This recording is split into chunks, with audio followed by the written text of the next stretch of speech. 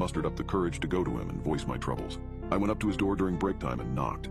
Through the window I could see him raise his head, smile, and motion for me to come in. I did. He greeted me by introducing himself and asking for my name. Dr. Tanner was a very soft-spoken man who seemed to radiate kindness. In less than 30 minutes I rambled to Dr. Tanner about how mean my parents were to me and how they didn't care about me at all. After a while my voice began to quaver and I stopped speaking. The psychologist listened patiently to my whole spiel, arms folded and head nodding. I half expected him to begin talking about how everything I had just said was untrue and that my parents loved me dearly in the room. "Well, about a month," he replied. "Give or take a few weeks. I just have some work I need to do." The following morning I awoke to Dr. Tanner's hand patting my head. "Hey, bud, you don't have to wake up right now if you don't want, but I'm going to need to put this back on," he whispered, clamping the cold steel handcuff onto my wrist. I gazed up at him. He was wearing a collared shirt and slacks, a coat draped over his shoulder and a suitcase at his side.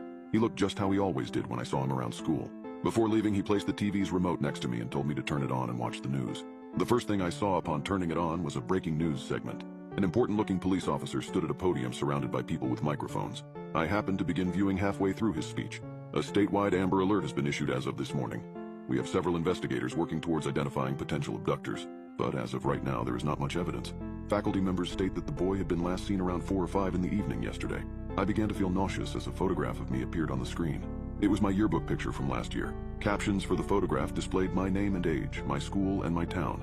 Above my picture were alternating titles. FBI begins search for child and kidnapping suspect unknown and potential runaway.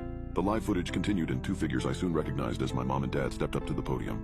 Both appeared to have reddened eyes. Tears streamed down my mother's face as she took hold of a microphone.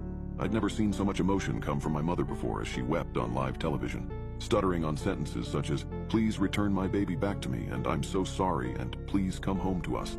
When my father took the microphone, I nearly expected his attitude to be stone cold, but he too had tears in his eyes.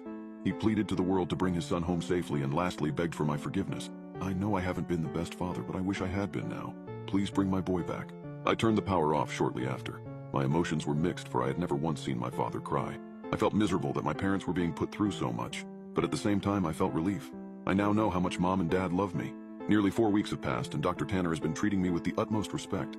He leaves me in the morning cuffed to the bed frame, but returns in the afternoon to eat lunch and dinner with me, talk, and play games.